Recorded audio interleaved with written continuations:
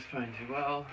So the citizens, or I should say the voters of Denver, Colorado, voted earlier this week to decriminalize um, hallucinogenic mushrooms or psilocybin, or mushrooms containing psilocybin, um, magic mushrooms, hallucinogenic mushrooms, whatever you want to call it.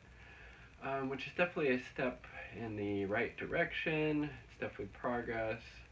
Just kind of insane that, excuse me, that those are still illegal, both on a state and a federal level, when alcohol and tobacco are legal, and those cause so many problems, health.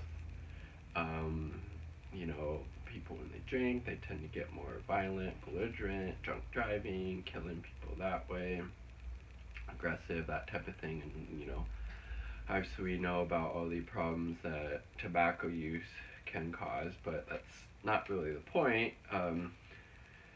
So it's decriminalized on the city level in Denver. So it's basically, what it means is that it's law enforcement's lowest priority will be to kind of go after people using that stuff. So, but that's why it needs to be legalized on the state and then federal level. Otherwise, you could still get into a lot of trouble, especially on the federal level. I think just possessing even a small amount of them is a felony, and you can get, multiple years in prison for just being in possession of them. A small amount. If you have more, then obviously it would be even a more severe sentence, which is just insane. I don't think we're truly free as people if we don't have the right to decide what we put into our bodies and what we don't, as long as you're not harming anybody else or giving it to kids and stuff like that. Honestly, you probably shouldn't be using until after the age of 25 anyways, until kind of your brain is done fully developing.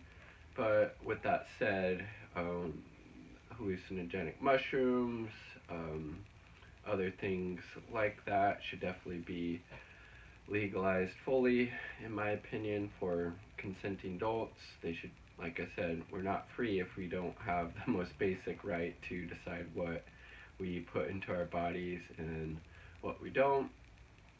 Just really, really interesting. But I also understand why hallucinogenic mushrooms are illegal, I should say, and I think that's because of their consciousness expanding potential, as well as that they kind of get our mindsets out of this kind of whole consumer industrialist kind of rat race, just buy more type of culture. Whereas if, let's say, alcohol, it definitely feeds into that.